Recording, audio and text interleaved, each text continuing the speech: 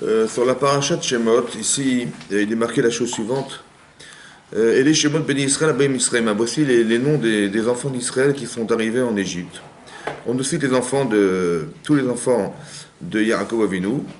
Veikol Yotse Nefesh Yerech Yaakov Shivim Nefesh. Et on nous dit qu'au total, ils étaient au nombre de 70. Entre les enfants, les femmes, les enfants de Yaakov et les petits-enfants de Yaakov, au total, ils étaient 70. Vaïkol Nefesh Yosef Yerech Yaakov Shivim Nefesh, Yosef Ayim Mitzrayim, et on dit Yosef était en Égypte. Pourquoi ce détail? Rachi relève la question. On dit Yosef Ayab Mitzrayim, Yosef était en Égypte. Évidemment, Yosef, il fait partie des 70, et en Égypte, on savait depuis longtemps qu'il était en Égypte. Pourquoi la Torah a eu besoin de répéter qu'il était en Égypte, et que c'était Yosef? Et Rachid expliquait que, tu vois, le Yosef qui était berger chez son père à 17 ans, le petit tzaddik là-bas à la maison, eh ben c'est lui qui est resté tzaddik malgré tout en Égypte, alors qu'il était roi d'Égypte. Ça veut dire qu'il a résisté à tout ce qu'il a pu traverser. Et en fait, paradoxalement, on aurait pu croire que ça va l'affaiblir, ça va le contrarier, ça va l'amener à vivre une vie tellement compliquée parce que et quitter ses parents, vendu par ses frères esclaves alors qu'il avait rêvé qu'il était au sommet de tout, et c'est une vraie fracture qui s'est créée chez lui, d'accord, ouais. Et l'histoire avec la femme de Potiphar, l'histoire avec la prison, tout ce qu'il a vécu, tout ce qu'il a espéré, les espoirs qu'il a eu de sortir de prison en interprétant le rêve du Sarah Mashkim, et un espoir multiplié. C'est quoi un espoir? Et le pluriel d'un espoir, c'est quoi le pluriel d'un espoir? Désespoir. Oui, parce qu'à force de multiplier les espoirs, désespoir, et qu'est-ce qui va se passer? Finalement, il y a que Hachem qui pourra le sauver, donc il va faire appel à lui vraiment au fond du trou là-bas. Et là, c'est là que Paro va lui téléphoner, et il va lui dire qu'il a besoin de ses services, et là, il va sortir de prison, il va s'en sortir. En fait, on se rend compte que, il y a des hauts et des bas. Il y a des hauts et des bas dans la vie, et c'est ce qui va se passer ici aussi. On va trouver le même schéma ici. Vous voyez que finalement Yosef, il a grandi. Quand je dis grandir, ça veut dire que il faut bien comprendre que la construction humaine, elle passe par de la conscience et des émotions. Construire des gens, c'est passer par des émotions. Ça veut dire que c'est bien de savoir, on participe à des cours, etc. Mais il faut être capable de mettre en émotion la connaissance. Voilà. Et la meilleure des manières, c'est de la vivre. Voilà. Et donc, qu'est-ce que fait Hachem? En fait, il permet à Yaakov de vivre quelque chose qui va le construire. On a expliqué dans les cours que finalement, Yaakov, au départ, à 17 ans, il est envahi par un désir fougueux de réussir sa vie. Voilà, il a rêvé. C'est un rêve qu'il veut réaliser absolument. Mais c'est tellement débordant et c'est tellement fracturant de famille, parce que la famille est fracturée par le désir qu'il a de devenir le roi. Je sais pas, dans la manière dont il a de traduire son rêve, il va être un jour un dominant, quoi. Et ses frères tout de suite ont compris qu'il va nous gouverner, il va régner sur nous, ce qui est impossible. Et donc il va créer un complexe derrière familial. Ce que fait Hachem, en fait, ce qu'il faut comprendre, c'est d'un côté, c'est un drame, parce qu'il va quitter sa famille, c'est un drame pour lui. Mais d'un côté, manifestement, s'il reste là où il est, ça va fracturer la famille. Et ça, c'est pas possible. D'accord? Donc il vaut mieux qu'il parte. C'est ce qu'Hachem a décidé, en tout cas. Donc il ne faut pas le lire comme une difficulté pour soi, mais comme un sauvetage. Vous comprenez ce que je veux dire? Voilà. Après, il n'arrive pas à se contrôler, donc on va le rendre évêque. Un évêque, un esclave, quelqu'un qui va être capable de faire de lui quelqu'un sans pouvoir parler de soi. Ça va, parce que manifestement, Yosef, il parle de lui, il dit: j'ai rêvé, vous allez vous prosterner à moi. Et donc ça, non, il faut que tu sois capable de canaliser ça. Et au fur et à mesure de son existence, on va le canaliser. Ouais. Que la souffrance, elle a permis, entre guillemets, elle a permis en fait de prendre du recul. Ça veut dire qu'il était tellement enthousiaste, tellement fort dans ses idées, etc., qu'il fait des bêtises avec. Voilà. Et donc, qu'est-ce que fait Hachem? La souffrance va permettre de calmer un petit peu. Comme la Gemara dit dans Brachot, elle dit, je crois que c'est Daf E, la Gemara dit là-bas, que la souffrance, c'est Mémarek, ça vide. Ça vide. Mémarek, ça vide. Ouais, la personne, ça vide la vonote, ça vide la faute. Comme on l'a vu dans le sel. Vous savez que dans les corbanotes, on salait le corban, le sacrifice. Il y a un brit melach, l'alliance avec le sel. Et la Gemara d'expliquer pourquoi le sel. Parce que quand on met du sel, le sel, c'est mématek. Ça va adoucir la viande. Ouais. Matok, ça veut dire doux. Ouais. Mais en quoi ça l'adoucit? Parce que, comme si que le sang, il y avait une certaine amertume dans le sang qu'on vidait en salant la viande. Mais qu'est-ce que ça veut dire? Ça veut dire que de la même manière que, que le sang a le sel a la capacité d'absorber le sang, de le vider de sa chair et d'enlever donc cette amertume, autant les isurim, les souffrances qu'on peut subir dans sa vie, ouais, elles vont vider, en fait, elles vont refroidir la chaleur interne qui est l'objet de ce que le Yitzhara il veut utiliser contre soi. Quand quelqu'un il est enthousiaste, ou il arrive plus, il est passionné par une avérin, il n'arrive pas à se retenir, c'est bouillant, en fait bouillant. Et ben la souffrance, elle permet un peu de refroidir ce bouillonnement. Comme si qu'il avait, comme quelqu'un, je sais pas, il est bouillant d'aller vite, et il va rouler à des centaines de kilomètres, il va se faire flasher, il va avoir un PV. Bon, ben le PV, ça va le refroidir. Voilà, dorénavant, il va pas bouillir autant que d'habitude. Il va brûler un feu rouge, il va payer une amende, il va perdre des points, etc., etc. On va le refroidir. En fait, là, on voit ce que le châtiment peut faire derrière, c'est de refroidir l'enthousiasme. Voilà. Comme si on n'était pas capable de se contrôler, que le sang qui bout en nous, alors on va le vider en fait. Comment on vide? C'est ça la vera, on vide, comme le sel, vous voyez, on vide comme le sel. Donc ça veut dire et ça permet de prendre du recul, d'être plus adulte, voilà, d'être capable de se maîtriser. Mais des fois ça passe par, comme si que la mémoire que le corps avait de cette forme de souffrance, ça permet de calmer la personne. Et c'est un peu ce qui se passe. Ici, Yosef, il va être vendu esclave par ses frères, la prison, les machins. En fait, il avait tout ça pour vous dire qu'il avait un enthousiasme incroyable. Il a fallu tout ça pour le calmer. Tellement il avait du mal à se maîtriser, et qu'avant il avait du mal à... Et ça, c'était nécessaire. Donc vous voyez que, vu d'un côté, c'est préparer une vie compliquée, et d'un autre côté, combien ça l'a aidé. Vous avez compris? Et c'est ça qu'il faut comprendre. Voilà. Et ici, on nous dit que Yosef a Mitzrayim, donc il a passé tout ça, mais il est devenu roi, en fait.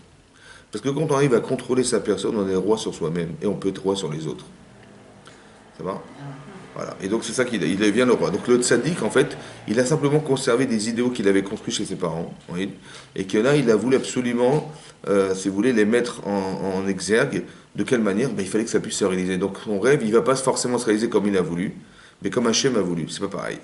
Et des fois, on se laisse guider dans sa vie, oui, et on se rend compte que ce qu'on espérait atteindre, on l'a atteint, mais pas exactement comme on a voulu. Yosef, il est arrivé, voilà, et puis il a l'impression qu'on lui a brisé son rêve. Et finalement, hein, son rêve va se réaliser, mais comme Hachem a décidé. Et pas comme on a décidé. Parce que la différence, c'est que quand on a décidé quelque chose qu'on a réalisé, on a l'impression que c'est soi. Et qu'on a tout organisé. En fait, ça a été pensé depuis le départ par Hachem. Ça fait partie d'un projet divin. Alors pour que ça reste divin, il faut que ça soit lui. Vous avez compris? Donc ça va pas forcément. Donc il ne faut pas s'étonner que ça ne se passe pas exactement comme on a voulu. C'est vrai. Parce que ça doit rester divin. C'est un projet divin. Donc on va réaliser une volonté d'Hachem. Nous, on est là pour être des vecteurs, mais ça ne va pas forcément se penser ou se réaliser comme on a cru, parce qu'il faut que ce soit Hachem qui nous montre que c'était lui. Voilà, on a réalisé les Shem Hachem. Alors il va dire Bila Adai. Vous savez, c'est pas moi, c'est Hachem qui va interpréter vos rêves. C'est ça qu'il faut comprendre. C'est un message très important dans sa vie, parce que des fois, on a l'impression qu'on a raté quelque chose, alors en fait, on a été guidé. Vous comprenez? Ouais, on a été guidé vers une voie qui était celle d'Hachem. Voilà. Dans les deux sens, hein, je parle. Autant quand on a voulu faire une mitzvah, ça ne va pas exactement forcément se passer comme on a pensé, mais c'est pas grave, parce que c'est... Autant dans une avera, comme par exemple les frères de Yosef, ils ont voulu briser son rêve. Comment ils ont fait? Ils ont dit, tu vas nous gagner, tu vas te mettre esclave. Et ils se sont rendus compte qu'au final, il est devenu roi. Ça veut dire que finalement, Hachem, il a organisé ce qu'il avait vraiment pensé. Ce qui était juste, en fait, ce qu'il avait pensé était juste. Mais ça s'est pas passé, ça s'est passé à l'inverse de ce qu'eux croyaient. Vous avez compris? Donc c'est aussi l'inverse. On voit que même Hachem, à travers une avéra d'une personne, il retombe sur ses pattes et hop, il va finalement réaliser ce qu'il avait projeté de faire. Ça ne dérange pas. Vous avez compris? Il a un logiciel antivirus qui va lui permettre d'accéder à ce qu'il en a envie. Mais c'est là qu'on va se rendre compte. Autant, quand on va faire une mitzvah, c'est pas forcément certain que ça va se passer comme on veut. Même dans le commerce, les gens vous disent tiens, j'avais pensé absolument que j'allais faire une affaire avec ce client, ils n'ont rien du tout, et puis ça s'est fait avec un autre que je n'ai même pas pensé. Vous avez compris? C'est ça la main d'Hachem. C'est-à-dire qu'il va se passer. Mais pour qu'on se rende compte, on a le srout de voir que c'était sa main à lui et pas la nôtre, c'est un mérite ça. Hein. Parce que ça peut faire l'objet d'une frustration. Au départ, il dit attends, j'ai quand même investi, j'ai mis du temps et tout ça, finalement pour rien. Et finalement, ça s'est réalisé, mais pas comme j'avais pensé. Il va dire je suis nul, finalement je vais changer de métier. Non, Hachem, il voulait lui montrer qu'il était. Sa part nacelle dépend d'Hachem, ne dépend pas de lui. Et ça, il faut avoir l'humilité de le voir. Donc cette petite souffrance, elle permet d'avoir ce recul, ce refroidissement d'être. En fait, c'est ça, je dis. Là, ça permet ça.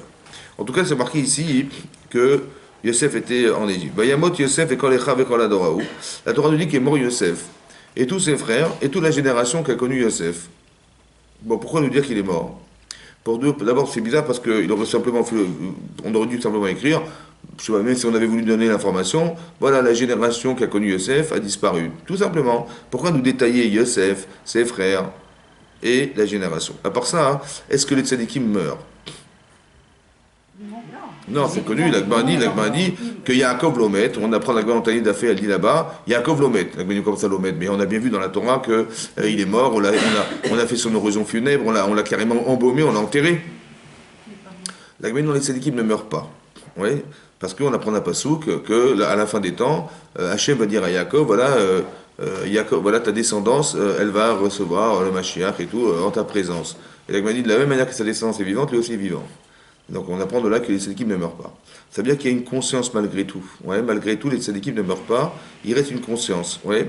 Par exemple, il y a des halachot, vous savez qu'on n'a pas le droit de rentrer dans un cimetière avec des tzitzit sur soi, ouais, apparent. Pourquoi? Pour pas les rendre jaloux. Ben oui, c'est pas jaloux, non, c'est pas jaloux, c'est parce qu'ils ne peuvent pas réaliser ce que nous on est réaliste. Voilà. Mais ils sont morts ou pas? Ben non, s'ils sont morts, ben, vous pouvez rentrer. Il reste quelque chose de vivant. La preuve, c'est que l'oreille l'arrache. On n'a pas le droit de se moquer des pauvres. C'est quoi les pauvres? Les pauvres en mitzvot. Eux, ils peuvent pas réaliser ce que nous on est réalisé, et nous on les nargue. Et on passe devant, et on dit Divrei Torah, et on va être ici dans le cimetière. Ça se fait pas, vous comprenez? Et il y a plein d'halachot comme ça. L'oreille l'arrache s'appelle, se moquer des pauvres. C'est-à-dire qu'il y a une conscience ou pas? Bien sûr. Mais il est mort. Oui, mais il y a une L'omet, c'est-à-dire l'omet, c'est-à-dire que c'est ça. Quand, par exemple, on va le pèleriner Rabbi Shimon Bar Yochai, hein, c'est ça, on va demander des brachot, ou je sais pas, les gens ils vont, on va pèleriner le Rabbi Lubavitch, ou je sais pas, ouais, c'est ça. Mais il est mort ou pas? Physiquement. Il est mort physiquement, mais est-ce qu'il y a, alors c'est quoi qui est vivant alors? Son neshama. Ça veut dire qu'il y a quelque chose de suffisamment vivant pour réagir à ce qu'on sait, à ce qu'on lui dit, mais pas suffisamment vivant pour réagir à ce qu'on lui dit. C'est-à-dire qu'il ne pourra pas vous répondre, il n'est pas vivant assez, mais est-ce qu'il est assez vivant pour pouvoir intervenir oui. C'est ça qui est marqué, l'omet. D'accord. Alors, donc s'il n'est pas mort, pourquoi on dit qu'il est mort, Yosef? Vayamot Yosef. La Torah dit clairement qu'il est mort. En fait, il est mort dans la tête des gens. Vous avez compris? Il n'est pas mort, lui. C'est qu'il est mort dans la tête des gens. Lui, ses frères et la génération. Ça veut dire que Yosef représentait quelque chose de vivant dans le clan d'Israël, qui était encore existant, qui ont connu Yosef. Et que même si Yosef est mort, ok, il y avait ses frères. Donc il y avait des repères. Mais quand les frères sont morts dans leur tête, il y avait encore la génération. Le problème, c'est qu'il n'y a pas eu de message. Il n'y a pas eu de transmessage de mémoire. C'est ça le vrai problème, vous comprenez? Qu'on doit transmettre les valeurs de nos parents à nos enfants. D'accord? Et que sinon, si ça meurt, ça va engendrer ce qui va se passer dans la Torah ici. C'est-à-dire qu'on va s'assimiler. En fait, on aurait dû être fiers d'être juif. Vous comprenez? Parce que Yosef représentait quelque chose de très fort pour nous. Vous imaginez d'où lui il est venu? Vous imaginez qu'il a eu l'audace de dire à Paro, c'est Hachem qui va répondre à votre rêve. Je sais pas, vous vous rendez compte de ce que ça veut dire? C'est un idolâtre en face de vous qui croit pour lui, il se prend pour le dieu du Nil, et vous dites en face, vous dites, vous savez, c'est pas moi, c'est Dieu qui va vous répondre. Et lui, il va dire quoi? Qu'il y a Chacham, En Chacham Bedavan Kamocha, il n'y a pas plus sage et plus intelligent que toi, et que Yeshbo Ruach Elohim, il a le souffle divin en lui, Elohim. C'est ce monsieur-là, il a dit Ruach Elohim. Il a réussi à lui faire dire ça. Il a reconnu son existence. Bon, donc c'est-à-dire qu'il était. Et à chaque fois, même quand il était chez Potiphar, pourquoi Potiphar il a gardé, aveuglément, il lui a donné. Parce qu'à chaque fois il disait Bezat Hashem, il lui dit tiens, mets-moi un verre d'eau froide. Et il dit voilà, Bezat Hashem.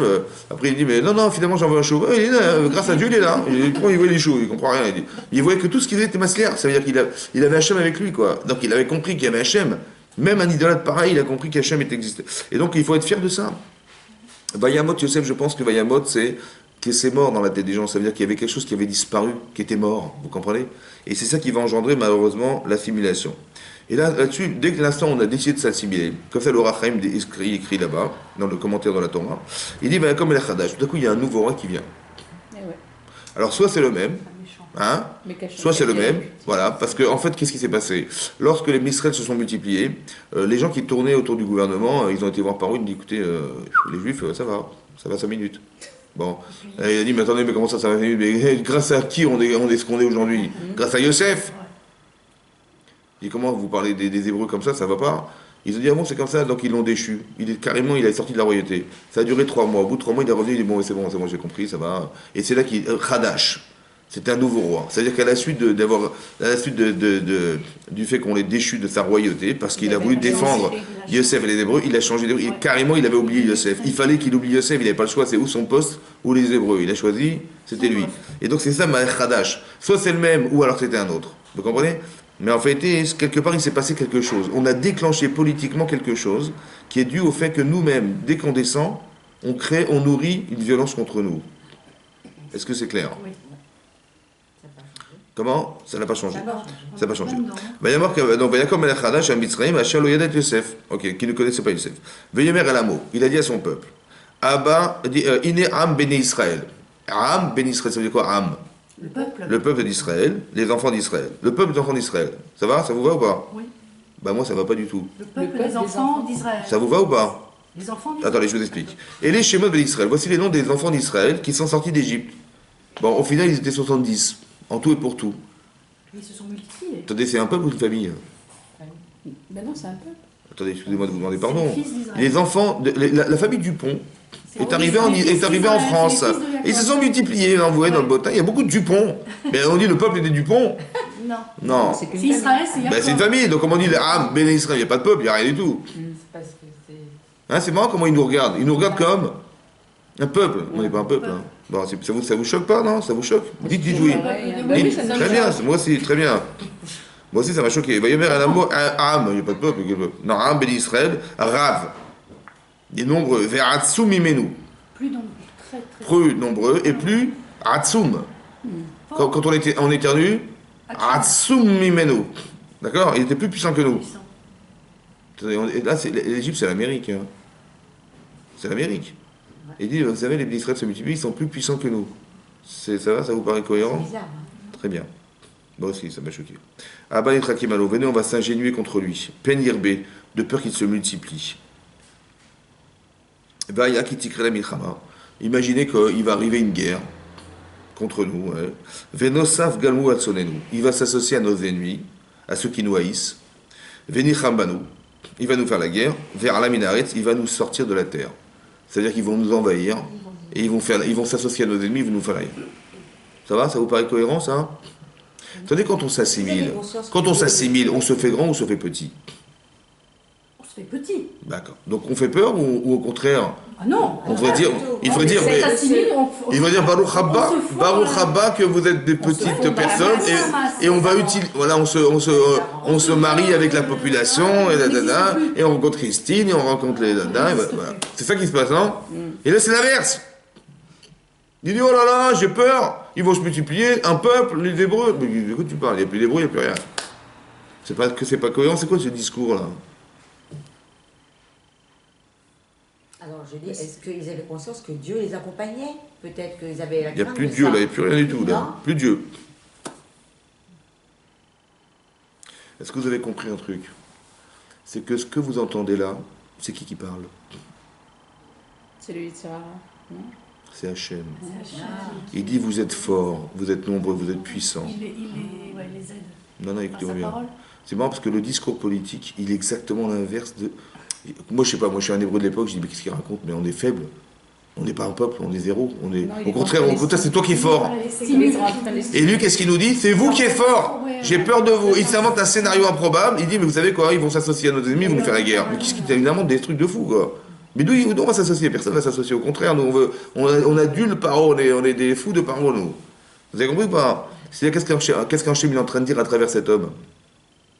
C'est dommage, vous êtes fort. C'est vous qui êtes puissant. Vous avez compris? L'incohérence, l'anormalité est révélatrice de la présence divine. C'est pas normal qu'un homme comme lui, il puisse dire une bêtise pareille. Donc s'il dit ça, c'est-à-dire que ça nous parle. Vous avez compris? L'incohérence est révélatrice d'un message divin. En fait, c'est pas lui qui parle. Ça va? C'est Hachem qui parle à travers lui. Ça veut dire que nous, on a les mitzvot. Nous, on descend d'Abraham, Shlomo, Yaakov. Le monde n'a des raisons d'être que par nous. C'est nous qui sommes puissants. C'est nous qui devrions être nombreux. Ça va? Mais la puissance, elle n'est pas physique, évidemment. On n'a rien de fort. Seulement, on a une puissance. Parce qu'on a Hachem avec soi. Il dit, mais j'ai peur de vous. Comme si qu'il y avait un paradoxe. Oui, comme si que la puissance que nous avions, on s'en débarrasse. On a les mitzvot, on a tout, on a Hachem, on a Abraham, Israël, Yaakov, on a tout ça avec nous. Maintenant, quand on nous dit, mais qu'est-ce que vous voulez faire? Je dis, mais nous, on a peur, vous savez, on a peur de ce qui peut arriver demain. Donc, il y a du boulot, et Paro, il est fort, il est puissant, c'est lui qui va nous nourrir, c'est lui qui va s'occuper de nous. Je dis, il n'y a pas de problème. Donc, la puissance que vous avez, on la met où? Ben, je dis, ben, on la donne à Paro. Et c'est marrant parce que c'est Paro qui va l'utiliser contre nous. Vous avez compris ce qui se passe? C'est-à-dire qu'on a une force. Et quand on n'en veut pas, il ne dit pas, bah, on la met en suspens. Quand vous aurez fait de chauffage, je vous la rends. Non, non, non. Il la donne à celui à qui on pense qu'elle revient. Et c'est celui à qui on pense qu'elle revient qui va nous rendre esclaves. Et dans l'histoire, ça s'est tout le temps répété comme ça. À chaque fois qu'on a pensé qu'on n'avait pas besoin des mitzvot, on avait besoin de quoi que ce soit, on a donné à qui on pensait qu'elle revenait. Et c'est à qui on l'a donné qui nous a rendus esclaves. L'ennemi, quoi. Bah, Les nazis, les nachins. c'est Tout pareil. pareil. Ah oui. Vous avez compris ou pas? Ouais. Comme Hitler, il a dit, écoutez, les juifs qui sont avec des non-juifs, il faut qu'ils mettent des panneaux sur eux. Ouais. Ils ont dit, comme ils voyaient que les juifs gagnent de l'argent Shabbat, interdiction de travailler Shabbat. C'est un truc de malade. Bah oui, il faisait la. Tout le contraire. Mais le contraire, mais ce qu'ils auraient dû faire, on leur a interdit de le faire. Vous avez compris ou pas? Mais ça, c'est divin, ça, vous comprenez ou pas? C'est subtil. C'est ça, c'est marqué là. C'est-à-dire qu'à chaque fois qu'on a renié une puissance que nous avions, d'accord? Parce qu'on n'est pas fort physiquement. Ouais. C'est comme, je sais pas moi, on nous tire dessus, on dit, eh ben, bon, il y a le dôme de fer. Vous savez, on a eu. Donc, grâce à, je sais pas quoi, grâce à, je sais pas quoi, la militaire. Non, mais c'est incroyable quand même. C'est-à-dire qu'on nous tire dessus des milliers d'obus, il n'y a pas un type qui meurt en Israël, quoi. Ouais.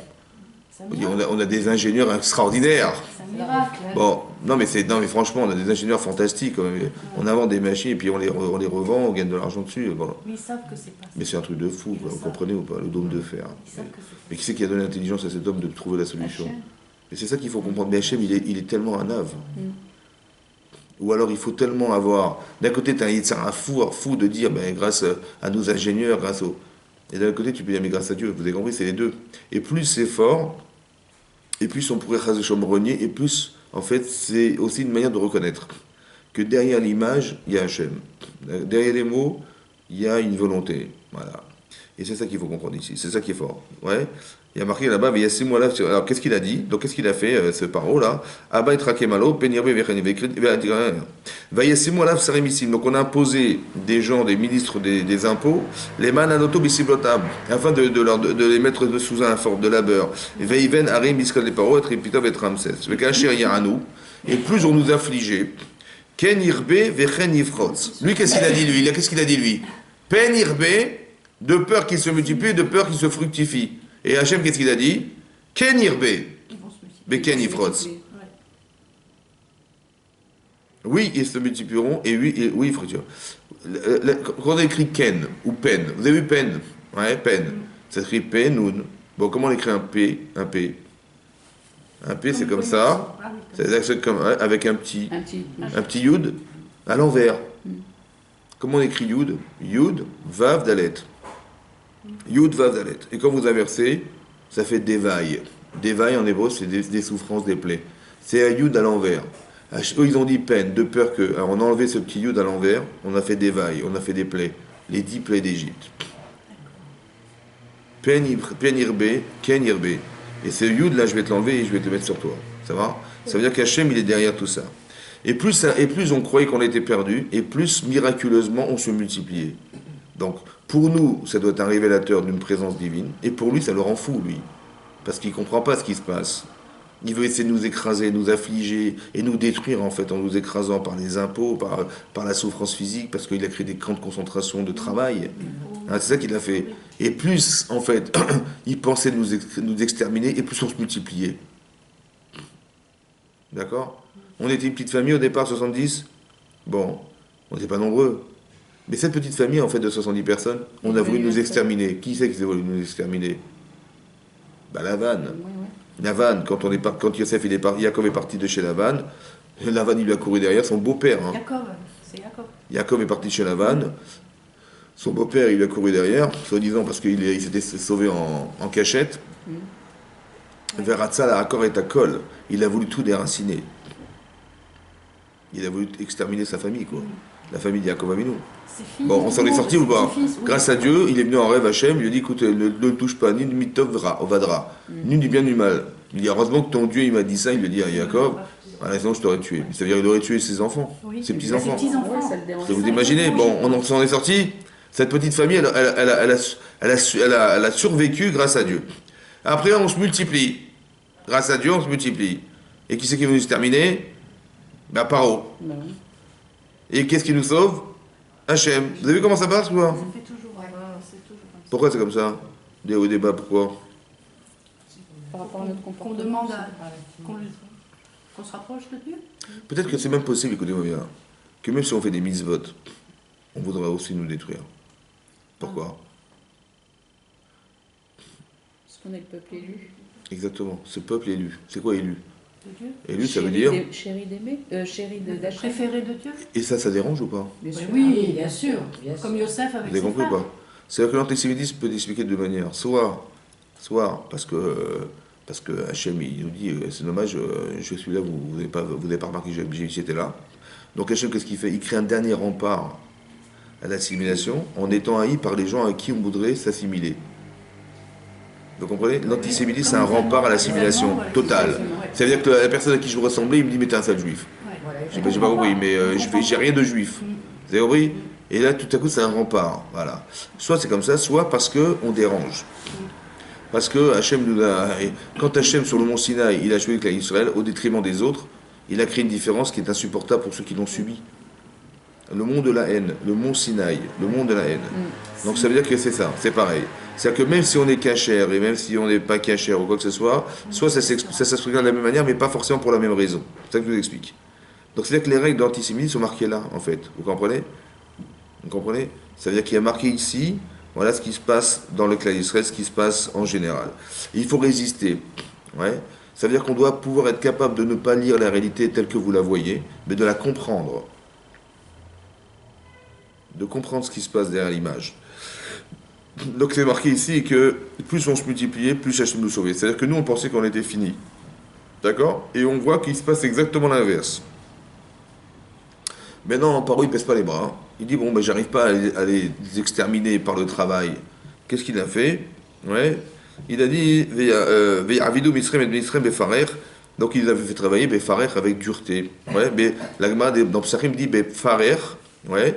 Farer, ça veut dire difficile. Il dit Perach. Parer, Perach. Avec une bouche tendre. C'est-à-dire qu'il leur a dit, écoutez, vous allez travailler pour moi. Alors, tout le monde est pour moi, et vous allez gagner beaucoup d'argent. Tous les Hébreux sont venus, et avec toutes les expertises qu'ils avaient, ils sont venus avec enthousiasme. Et ils ont travaillé pendant un mois de toute leur force, en espérant gagner beaucoup d'argent. Après, qu'est-ce qu'il leur a dit par eux? Il dit, ben, dorénavant, vous allez travailler avec autant d'intensité et autant de ferveur, mais sans salaire. Ouais. Ils sont tous appelés ariés. C'est tous des salariés. Non, vous avez compris? Voilà. Et donc, qu'est-ce qui s'est passé? Et donc, ils n'étaient pas contrariés, ils étaient juste salariés. Alors maintenant... Contrarié, ça allait. Oh là. Non, je rigole. Non, mais quand on demandait à sa femme, est-ce que tu es marié? Il dit, oui, je suis marié. Oui. Est-ce que tu es marié? Bon, alors on y va. Alors, donc qu'est-ce qu'ils ont fait? Vaïmarou et Traïem, ils ont rendu amère leur vie. Avoda Kasha, avec un travail difficile. Chomer ou Bilvenim, en fabriquant du chomer, c'est du bitume, et les venim, c'est des briques. Vechol Avoda Vassadeh, et tous les travaux des champs. Vechol Avodot Asher Avdou, Befarer, tout ce qu'ils faisaient, ils les faisaient faire avec difficulté, et en étant assujettis. Vaïmer et la Mitzrayim la Mialdot. Tout à coup, le roi d'Égypte, comme il voyait que malgré tout ça se multipliait, il dit comment on va se débarrasser d'eux, ils vont nous faire la guerre un jour, imaginez-vous, voilà le scénario. Il s'est adressé directement aux Mialdot. Les Mialdot, c'est les sages-femmes. Il a dit voilà, je ne vais pas réussir à les détruire physiquement, et ben on va les détruire à la naissance. Donc il s'est adressé à deux femmes, principalement. Hein. Alors Yocheved et Myriam. La Mialdot à Ivriot. Il s'est adressé à des femmes juives. Incroyable, comme les Allemands aussi, pareil, ils ont fait ça. Asher Shem Achat Shifra, Beshem Atcheni Pura. Une s'appelait Shifra, Shifra avec un resh, pas avec un het. Ouais. Shifra. En hébreu, les chaper shofar. C'est quoi les chapères en hébreu? Les chapères améliorés, chazak. Donc Shifra, Rachidi, qu'elle améliorait. C'est-à-dire que les enfants, elle les embellissait, les parfumait. Et l'autre s'appelait Pura. Pura, ça veut dire. C'est le premier cri du bébé. Voilà, Pura, c'est qu'elle, comment dire, elle Pura, ça veut dire qu'elle consolait les enfants qui pleuraient. D'accord? Donc l'une, elle les embellissait, et l'autre, elle les consolait. Ça va? Maintenant, de consoler ou d'embellir, c'est une fonction. Oui, non? Oui. Mais pourquoi on n'a pas dit leur prénom? Ah, de Yochevet et Miriam. Bah dis voilà, l'une elle s'appelait comme... Non, ils auraient pu Est-ce qu'elle s'appelait Shifra? Non, elle s'appelait Yochevet. Et l'autre comment elle s'appelait Pourra? Non, Myriam. Bah dis-moi Myriam et Yochevet, pourquoi il n'y a pas marqué leur nom dans la Torah? Non, l'une elle s'appelait Pourra, l'autre s'appelait Shifra. Mais non, dis-moi alors, tu parles des fonctions des femmes et pas des noms, des prénoms des femmes. C'est bizarre, pourquoi on ne parle pas des fonctions des femmes? On parle des fonctions, pardon, il parle des prénoms de celles-ci. Vayemer, elles ont dit, alors Vayemer on leur a dit, donc, Beyaletrem et Ivriot, lorsque vous accoucherez des Ivriotes, des femmes hébreux, ou Ritem alovnem, vous verrez sur la pierre, parce qu'elles accouchaient sur des pierres plates. Ouais, il n'y avait pas des matelas à l'époque, des pierres plates, elles accouchaient sur des pierres. Im benou, si c'est un garçon, va miter moto, vous le tuerez. Veim bati, et si c'est une fille, Vachaya, elle vivra. Vatirena, Amialot et Elohim. Ces femmes-là, les femmes juives, là, ces hébreux-là, elles craignaient Hachem. Velo asuk asher diber alem el Mitzrayim. Avec la pression exercée sur elles, venant du roi, hein, vous imaginez ce que c'est ou pas? Elles n'ont pas écouté Pharaon. Vatechayena et ayeladim. Elles ont laissé vivre les enfants. Parce qu'elles étaient Yireh Elohim. Ben oui. Bon, une femme qui a choisi de faire ce métier, C'est une femme, une sage-femme, son métier c'est d'avoir le bonheur et le plaisir de permettre à une maman d'être mère ou d'avoir des enfants, ça va? Bon, est-ce que c'est de nature à tuer les enfants qu'elle va... C'est un sacerdoce. Très bien. Donc est-ce que c'était parce qu'elles étaient craignantes Hachem ou parce que c'est insupportable? Les deux. Ou deux supportables? Insupportable ou deux supportables? Elles ont du cœur, c'est insupportable. C'est insupportable. C'est la crainte d'Hachem, ça? Non, mais C'est humain, quoi. Ben voilà, donc il fallait dire par humanisme. Par humanité. Elles n'ont pas tué les garçons, par humanisme. Non, alors on va dire. Parce que de demander à une femme de tuer un enfant, déjà, c'est compliqué. Alors en plus, quand on est sage-femme, c'est son métier, a fortiori, c'est difficile. Et c'est impossible. Donc on peut très bien comprendre qu'elles sont incapables d'écouter Paro parce que humainement, ça se fait pas. Et là-bas, il y a marqué non, elle n'a pas fait pour ça. Elle l'a fait parce que Yirat Hashem. C'est quoi la Yirat Hashem? Qu'est-ce que ça a à voir avec la Yirat Shamaim? Et qu'est-ce que c'est que la Yirat Shamaim dans ce cadre-là? Faut pas le faire parce que ça nous est insupportable. Il faut le faire par Yirat Shamaim. Allez comprendre. Sans réfléchir, il ne faut pas réfléchir. Mais on ne peut pas ne pas réfléchir, parce que humainement c'est comme ça, c'est votre nature, vous êtes une femme. Quand on est sage-femme, on ne dit pas mais je fais abstraction de ma nature, c'est impossible. Non. Alors il faut le réfléchir autrement. Comment on réfléchit? C'est quoi d'être Yirat Shamaim ici? Chazak ou Baruch. Alors on continue. Hein? Ah, j'ai bien aimé la réponse. Très bien. Je pense que la Yirat Shamaim c'est comme ça. Pourquoi ces enfants doivent vivre? ben, c'est la continuité, les garçons. Un jour Hachem a dit, vous savez, il a dit un jour Hachem et Yaakov Avinu, tu vas aller en Égypte, mais t'inquiète pas, tes enfants sortiront de là. Pourquoi faire? Pour recevoir la Torah. Ben oui. Bon, essentiellement, ceux qui vont vraiment, fondamentalement recevoir la Torah, c'est les hommes. Les femmes, elles vont aider dans cette étude de la Torah, mais c'est les hommes qui vont... Ça va? Et c'est ces hommes ces futurs hommes qui vont recevoir la Torah un jour dans l'histoire, Ils leur ont demandé de tuer. qu'on a demandé de tuer. Alors elles n'ont pas fait parce que humainement ça se fait pas. Parce que ces enfants doivent vivre, parce qu'ils vont recevoir la Torah. Yiret Shamaim, ça veut dire qu'on le fait dans un projet divin. Vous comprenez ça? Ces enfants, ils doivent sortir d'Égypte. Alors je ne veux pas le faire parce que pour moi c'est insupportable. Ils vont vivre parce que derrière il y a un projet. Dès l'instant où vous associez un projet divin, qu'est-ce qui peut vous arriver? Vous avez compris ou pas? C'est ça. Puis elles, en plus, elles étaient de la famille des Lévis, quoi. Et donc? Le pont, vous parlez du pont? Non. Ah, je sais pas compris. Les Lévis, Oui. eux, ils n'ont pas travaillé, ils sont C'est restés vrai. à étudier. et tout. C'est vrai. Mais elle voulait, c'est ça, peut-être Yirat Shamaim. La Yirat Shamaim, c'est d'arriver à comprendre que je ne le fais pas pour moi. Parce que moi, ce qui est difficile, je vous explique pourquoi ce qui est difficile. Si ce qu'on vous demande de faire correspond à ce que vous êtes, c'est très compliqué de le faire pour autre chose que pour vous-même. Parce que moi, je ne vais pas tuer un enfant, évidemment, je suis sage-femme. Je dis, Hachem, Hachem, il pense qu'il ne faut pas les tuer. Mais comment je vais réussir à faire quelque chose qui est pour lui, pas pour moi? C'est très compliqué, ça. Vous avez compris? Quand on vous demande de faire l'inverse de ce que vous voulez faire, alors là, c'est facile, parce que c'est contre moi. Mais quand c'est exactement la même volonté, et que c'est dans la même direction, c'est compliqué de le faire pour lui. C'est ça qui est difficile. Mais elles l'ont fait parce que, dit la Torah, Yirat Shamaim. Alors, attention. Vaikra Melach Mitzrayim la Miyaldot. Donc, qu'est-ce que fait le roi d'Égypte? Il va convoquer ces deux sages-femmes. Pourquoi vous avez fait ça? Vous avez laissé vivre les enfants. Bon, qu'est-ce que vous auriez dit, vous? C'est pas vrai. Comment ça se passe? Il en a vu? Il y a la preuve qu'ils sont, Hein? ils sont bien vivants. Qu'est-ce que vous auriez dit, vous? On peut pas tuer des enfants. On peut pas Bah tuer oui, lui, des- Attendez, elles vont dire ça, mais c'est pas, je vous ai pas demandé de faire. Je vous ai demandé. Attendez, l'autre, il est comme un fou. Hein. Ouais, parce qu'il a- Attendez, en fait, il Lui, avait attendez, désobéi. attendez, je vous mets dans un contexte clair. Hein. Il a créé des camps de travail pour exterminer les d'Israël. Ouais. Bon.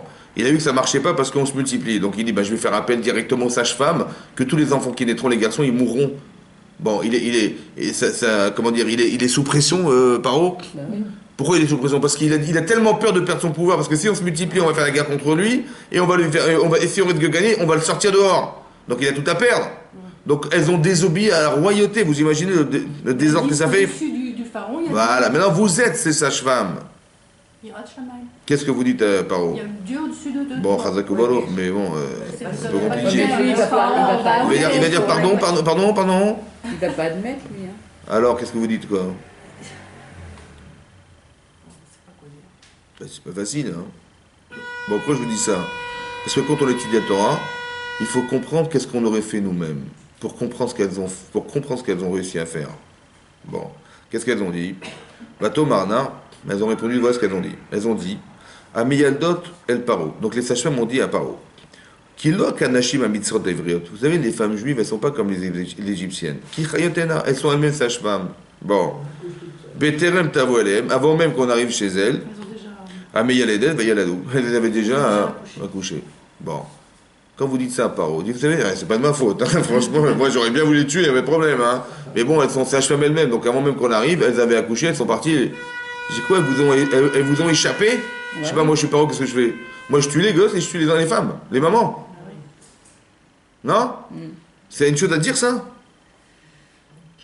Non, puis en plus, c'est incroyable. Mais Parce qu'à chaque fois- attendez, mais elles ont mis en péril les femmes et les enfants.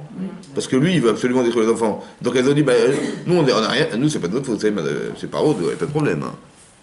Oui, parce qu'il aurait pu leur demander le nom de ses femmes. Mais peu importe, en tout cas, il va faire une enquête, il va les retrouver, ces femmes. Ouais. Non? Et puis, comme elles ont essayé de tromper Paro, Ah bon, donc elles vont mourir. Avec ce gros, ouais. Elles ont pris un risque ou pas? évidemment. Mais Ouais, comment je c'est pense possible? qu'elles ont- Comment elles ont pu dire quelque chose Elles ont pareil? fait confiance à Hachem. Qu'est-ce que vous avez compris de là? C'est complètement incohérent ce qu'ils ont dit. Après, oui, ça se fait pas. Et il a écouté Paro? Il a écouté Paro? Bah oui, parce qu'il les a pas punis. Bah oui. Il aurait pu les tuer, les Qu'est-ce que deux. vous apprenez de là? Que Quand on a confiance à Hachem, Même on Paro, peut Comment passer, Intervention divine. Qu'est-ce que vous apprenez de là? Si vous aviez été ces femmes-là, vous auriez dit ça? Non. Elles l'ont dit ça. Qu'est-ce que vous apprenez de ça? Qu'elles ont une mouna énorme. Qu'est-ce que vous apprenez de là? Je vais apprendre comme ça, écoutez-moi bien. Moi, je fais ce que je peux. Le reste, c'est Dieu qui décide. alors, je vais dire un truc, et c'est lui qui Et va se c'est lui débrouiller qui va- avec. Exactement. Voilà. Ouais. Génial ça. Vous avez compris ça ou pas? Et vous allez voir que Paro, il va rien dire. Écoutez, moi, j'ai fait ce que j'ai pu, j'étais au bout de moi-même. J'ai donné ma vie pour ces enfants. Mais non, au-delà de ça, je peux plus. Donc si je vais dire à Paro, écoutez, si je lui dis, écoutez, on vous a pas écouté, il va dire, donc, elles ont dit quelque chose qui, Hachem va faire que ça va avoir une connotation chez Paro qui va faire que, donc Il elles va seront les prendre. sauvées et on ne va rien faire à ces femmes ni ces enfants. Vous imaginez ce que ça veut dire? Je sais ce que j'ai à faire et je sais ce que tu peux faire. Moi, la limite de ce que je peux faire, c'est celle-ci. Après, c'est plus moi. Alors je te laisse faire. Vous comprenez ce que ça veut dire ça? Lâcher prise. Quelque part, ça paraît complètement incohérent verbalement, mais de toute façon, depuis le départ, c'est incohérent. Vous comprenez ou pas? Donc c'est Hachem. Vous avez compris ce que ça veut dire? C'est-à-dire que je l'ai le droit de dire à quelqu'un quelque chose qui paraît pas logique, parce que ce que je dis est à la limite de ce que je pouvais faire. Et après, le reste, Hachem, il se débrouille. C'est ça qui est marqué là.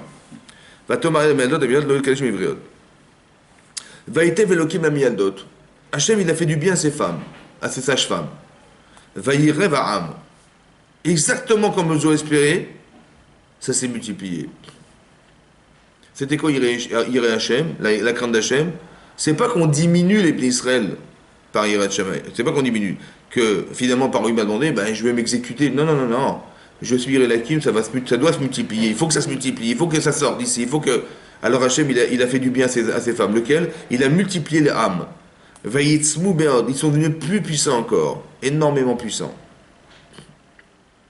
Grâce à qui? Bah, ces deux femmes. Vous imaginez? C'est ça, Vaïta. C'est-à-dire qu'il leur a fait plaisir. Hachem leur a fait plaisir. Le srout qu'elles avaient, c'est que Hachem, il a été dans leur sens. Elles avaient une kavana, une intention particulière par Yirat Shamaim. C'est pas que ça diminue, c'est au contraire, ça se multiplie. Ben Hachem, il a fait comme elles ont senti. Et elles ont eu le mérite de voir de leur vivant que ça s'est multiplié à la différence de ce qu'on espérait d'elles. Vaillez qui Yerouem Yaldot et Elohim, et parce qu'elles étaient craignant Hachem, Vaillez Aslam Batim. Hachem leur a fait des maisons. Des maisons. Que maisons? Alors, Rachid dit maison, hein. Il est marqué comme ça. Bate Keuna, des Kohanim. Est-ce que ça existait les Kohanim? Pas encore. Pas encore. Lévia, Les Lévis les Lévis, et Mlachim. et les rois. Shikruim Bet Batim, qu'on appelle des maisons. Vaiven et Bet Hashem, Velo Bet Amelech, Keuna Vechoué. Ça va? Il aura fait du bien, lequel? Il aura fait du bien, il a créé des Kohanim. Elles ont créé des Kohanim. Elles ont créé des Lévi'im. Et elles ont créé des rois. Est-ce que ça existait? Non. Elles ont accouché de rois, de Kohanim et de Lévi'im. De quelle manière on construit des choses essentielles dans l'Israël Israël et des choses spirituellement très fortes? La Keuna, la Malchut. Ça va?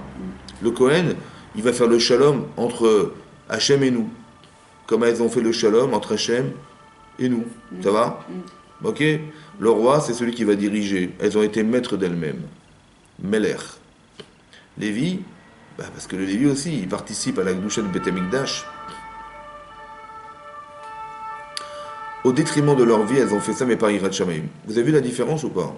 Quand je le fais par humanisme, je dis, attendez, on ne peut pas me demander des choses pareilles. Donc, heureusement que, grâce à Dieu, je n'ai pas été une criminelle. Bon, elles n'auraient jamais eu des bâtiments. Mais elles ont fait avec un esprit divin. Ça veut dire qu'elles l'ont fait dans l'esprit de... Ça va? En vérité, c'est très important que vous compreniez ça. Elles étaient des femmes, d'accord? Mais elles étaient des sages-femmes. Quand on nous dit dans la Torah qu'elles s'appelaient Pourah et qu'elles s'appelaient Shifra, elles embissaient les enfants et elles les consolaient lorsqu'ils pleuraient. On est en pleine guerre, on est en pleine Shoah, ça va? Et maintenant il faut absolument sauver les enfants. Qu'est-ce que vous faites? Attendez, c'est la Shoah, ça y est, hein? Oui. Et par eux il veut nous détruire, qu'est-ce qu'on fait? On s'empresse de prendre les enfants, on les cache, voilà ce qu'on fait, non? Est-ce qu'on s'amuse à les embellir, les parfumer, c'est ça? Est-ce ils pleurent les pauvres, on les prend, on les console? Mais non, il n'y a pas le temps! On veut nous détruire, on est pressé. Une sage-femme, elle est pressée de sauver les enfants qu'elle veut sauver. Ça, c'est humain. Qui c'est qui va faire une chose pareille? Quelle femme, elle va les consoler et elle va les embellir? Vous savez quelle? Une mère. Ah ouais. Oui. Pourah et Shifra. Mais Il n'y a que la mère. Quand par exemple un enfant il est en train de se faire opérer, et l'autre il demande, tiens, est-ce qu'il y a le pelle, machin? Qui c'est qui va dire, mais t'inquiète pas, mon chéri, je suis là, je prends la main, c'est qui celle-là? C'est qui cette femme? C'est sa mère. Vous avez vu qu'elles ont eu des comportements de mère. Alors, elles n'étaient pas des femmes, elles étaient des mères. Mais pas Myriam. Alors si tu... Comment? Myriam Le était comportement. Ah. Le comportement, pas la statut de... Elle était comportement de mère. Et quand ce comportement, c'est un comportement de mère, tu peux accoucher de quelque chose. De quelque chose qui va être dans le sens de ce qu'Hachem espérait, si toi, tu es en adéquation avec cet espoir. Vous avez compris ou pas? Maintenant, au détriment de leur vie, elles ont donné naissance à de la Gdusha. Et c'est toujours et toujours et toujours comme ça. Vous comprenez ou pas? C'est-à-dire que quand on se donne à fond dans quelque chose, au détriment de la limite de ce qu'on peut être, alors Hachem, il va créer des choses extraordinaires. Vous avez compris le paradoxe? D'un côté, elles ont eu très peur, parce que quand on leur demande de faire une chose qui est antinomique avec ce qu'elles sont, évidemment, une femme, elle va refuser, évidemment. Maintenant, je dois savoir que si le Yetzer Hara, il est énorme, parce que je vais me refuser à le faire, évidemment, ou je vais m'exécuter au détriment de ma vie, il me demande par eux de tuer les enfants, qu'est-ce que je vais faire? Moi, j'y peux rien, malheureusement, c'est ma vie ou c'est la leur. Et bien pour elle, c'était la leur. C'est incroyable. Mais en vérité, c'est faire abstraction de la sienne pour les autres. Maintenant, quand on est dans cette Kedusha, parce qu'on est Yireh Shamaïm, alors Hachem, il a fait ça, parce qu'Hachem, il savait qu'elles allaient refuser, et il savait qu'elles étaient en capacité de le faire, et qu'il fallait créer des Kohanim, et qu'il fallait créer des rois, il fallait créer des Lévi'im, on ne peut pas les créer comme ça. Il fallait qu'il y ait quelqu'un qui ait le mérite de les créer. Est-ce que vous comprenez ça? Alors, on a utilisé ces femmes pour être des vecteurs de création de Kohanim. Ces femmes, voilà, ces femmes-là, c'est ça une femme, c'est ça. Mais c'était pas des femmes, elles étaient des mères, vous comprenez ou pas? C'était pas leurs enfants. C'était pour les autres. Mais elles n'ont pas eu un comportement de femme, parce qu'une femme, elle réagit pas comme ça. Elle dit d'abord ma vie, moi, c'est quand même pas mes enfants, hein, je suis désolé.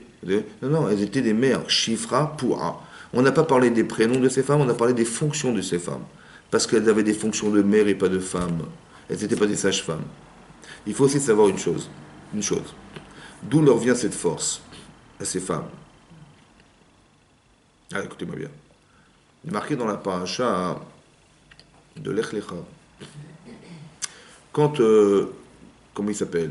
Quand Avram et Sarah, ils ont dû quitter Eretz Israël à cause de la famine.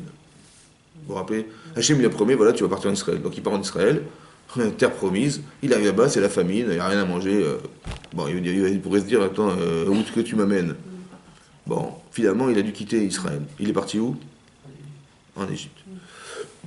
Il arrive en Égypte, et puis il se regarde dans l'eau, comme ça, et il voit sa femme, il dit, mais ma femme, elle est magnifique, elle est très belle.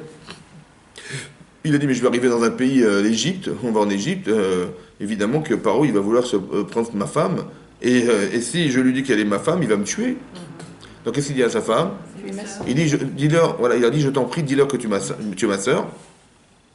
Il y a marqué, Vaïtavli ba'avorer, Vaïtavli ba'avorer, ils me feront du bien grâce à toi, Vechayeta nafshi, et vivra mon âme, biglaler grâce à toi. Voilà ce qu'il lui dit. Il dit, je te demande de mentir, je m'excuse, je te demande de mentir, mais sache qu'ils me feront du bien grâce à toi, et je vivrai grâce à toi. Ok. Donc finalement, il rentre en Égypte, qu'est-ce qui se passe? Il la cache dans une boîte, elle passe à la douane, et puis que bon, il manquait une facture, il est payé, mais bon. Et puis il rencontre qu'il découvre cette femme, il dit, mais elle est magnifique, elle est très belle, on va la réserver au roi. Bon. Et on lui dit, mais elle est qui cette femme pour toi? Il dit, je sais pas. Elle dit, mais c'est ma sœur. Elle était kinésithérapeute. Et donc, qu'est-ce qui se passe? Il dit que c'était ma sœur. Maintenant, qu'est-ce qui se passe? On la présente au roi. Et donc, c'était une très grande sadéquette, Sarah. Qu'est-ce qui se passe? Elle dit, elle avait un ange qui l'accompagnait. Et elle disait à cet ange, Rachid rapporte, frappe Paro, frappe Paro, frappe Paro. Et donc, il a eu des plaies, etc. Et après, il s'est rendu compte que c'était Avram et Sarah. Il a dit à sa fille Agar, écoute, il n'y a rien à faire chez nous. Il faut que tu sois, je préfère que tu sois une Shifra, une servante chez Sarah, qu'une Gvirta, une princesse dans le royaume de Paro. Et donc elle est partie avec eux. Voilà, c'est ce qui est marqué dans la Torah. Le Ramban, il demande une question. Il dit, mais comment Avram Avinu, il a fait un chet gadol, il a fait une grande avéra. De quoi? Parce que ta femme elle est belle, alors tu lui donnes à Paro, parce que tu as peur pour toi. Ça se fait ça? Non. Il chet gadol. Il a dit qu'il a fait une grande avéra. Le Ramban. Maintenant le Midrash Rabbah, il explique comme ça.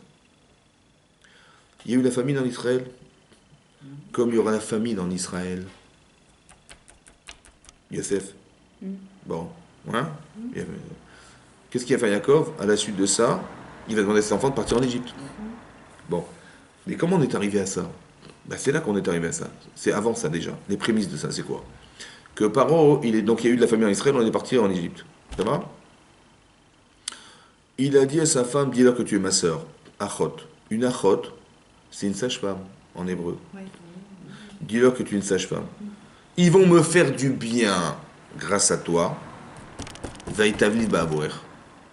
Vechaïta nafshi. Moi, je suis un homme, toi, tu es une femme. Mais je vivrai grâce à toi. La sage-femme, elle va faire vivre les garçons.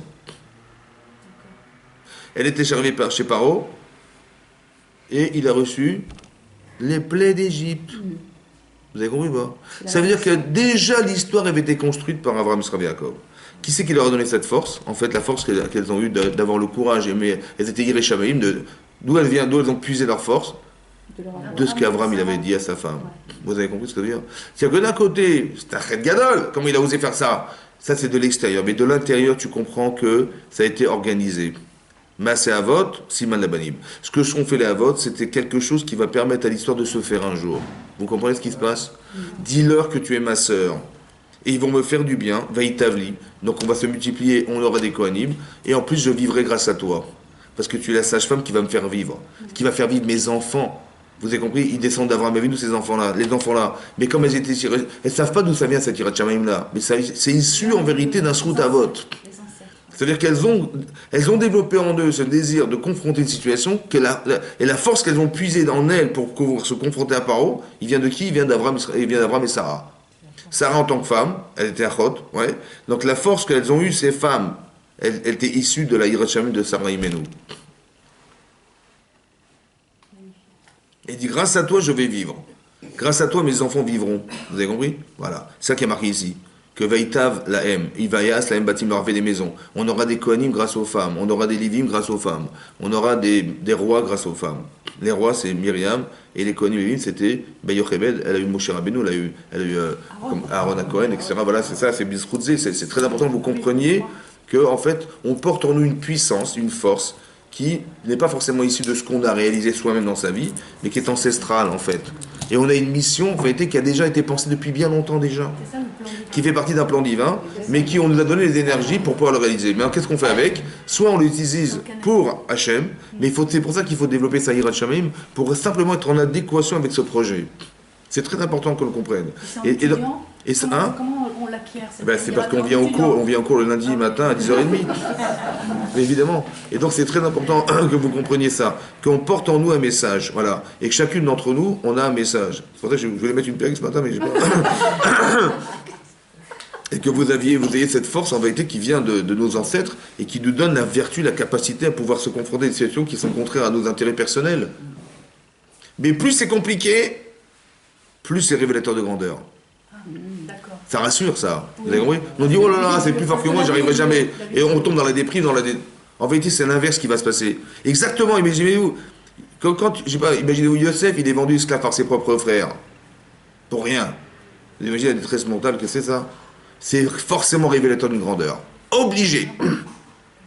C'est pour ça que je vous explique. On était là-haut, on est redescendu en bas. Mais c'est quand on descend, c'est sûr qu'on va remonter à la proportionnelle de la descente. C'est obligé. Je vous dis ça parce qu'on ne doit jamais tomber dans la déprime. Je dis, j'ai en train de couler là. Sache une chose, que quand tu coules, c'est parce que tu dois faire appel à Hachem. Mais quand tu lui feras appel à Hachem, tu vas remonter à la proportionnelle de ta descente.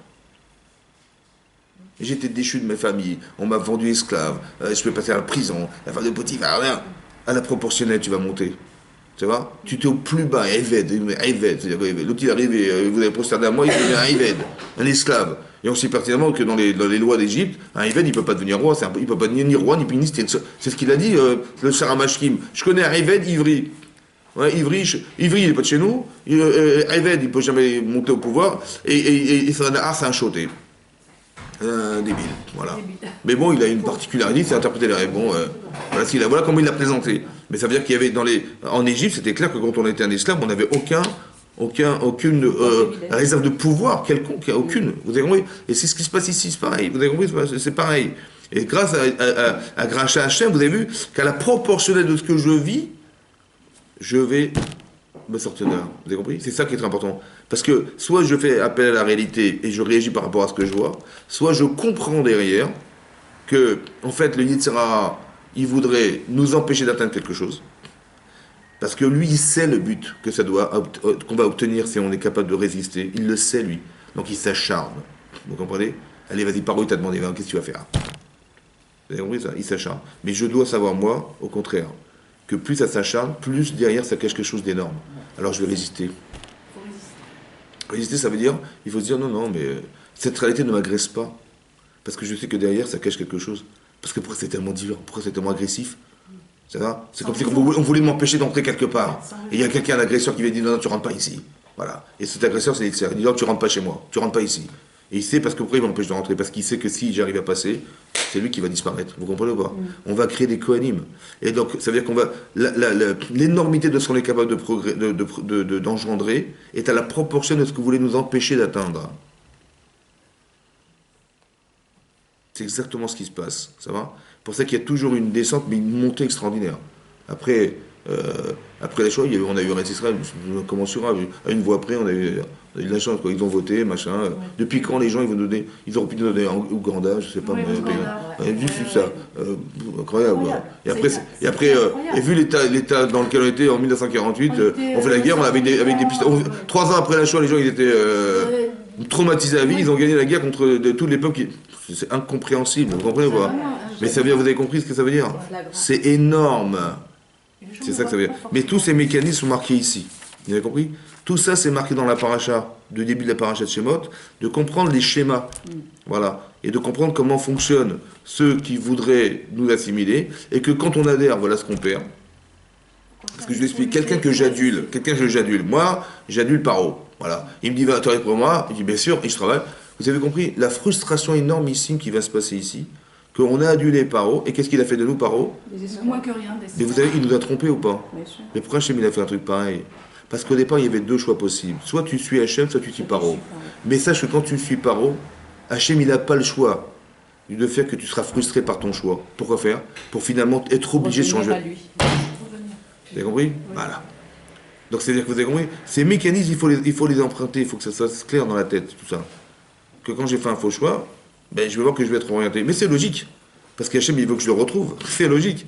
D'un côté, je peux dire, mais tu te rends compte, voilà la vie, j'ai raté ma vie, ou je sais pas quoi, comment les gens ils peuvent nous tromper à ce point, comment c'est pas honteux. Et je vais m'arrêter sur ce que je vois et ce que je vis. Ce qui est complètement débile. Parce qu'il essaie de voir autrement, avec la Hirat Shamaïm. Ça veut dire non pas avec la réalité politique que tu vois en face de toi, mais la réalité spirituelle. Il faut aller au-dessus de ça. Ben, je sais pas, alors, Ahmadinejad, il vient à l'ONU. Ouais, bon, il dit, bon, moi, j'en sais, bon, on va détruire Israël. Chaque fois, et bon, j'ai préparé la bombe atomique, ce peuple-là, on va les détruire. Il est fou, c'est n'importe quoi. Je sais pas, un type, il veut faire ça, ben, il se tait, il prépare sa petite bombe en cachette, il met son pays en péril, économiquement, il va avoir des boycotts et des machins, mais il est bête, franchement, il est bête. Non ou pas? Tu te rends compte, on a élu un type comme ça pour dire une bêtise pareille.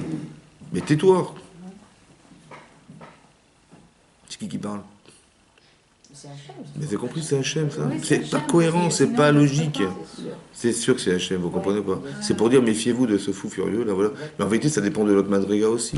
Vous avez compris? C'est ça. Voilà, comme c'est qu'on nous faisait peur en disant, on va vous détruire. Alors, on va faire tes chouvas. Vous avez compris ce que ça veut dire? Mais c'est comme ça qu'il faut le lire. Mais C'est quand quand on c'est le pas sait, logique, ça- c'est pas logique, c'est pas normal. Un type qui est président de son pays, il peut pas sortir un truc pareil. Il vient à l'eau et il dit, je me présente, voilà. N'importe quoi. Il est en train de dire aux gens, mais il a une telle haine virulente qu'il se dit franchement, il dit, mais franchement, je ne vais pas vous mentir, je sais pas ce que je vais faire. Je dis, mais qui tais-toi? Si déjà t'es un petit peu intelligent, mais tais-toi, et fais discrètement l'avant, et non, il va tout raconter. Et on va être obligé de s'alarmer, on va commencer à faire des enquêtes, et on va se rendre compte que c'est vrai, effectivement, il va. Ils sont en train de Mais faire vous vous un- rendez compte qu'Hachem, il nous prépare à tout ça, c'est extraordinaire. Voilà.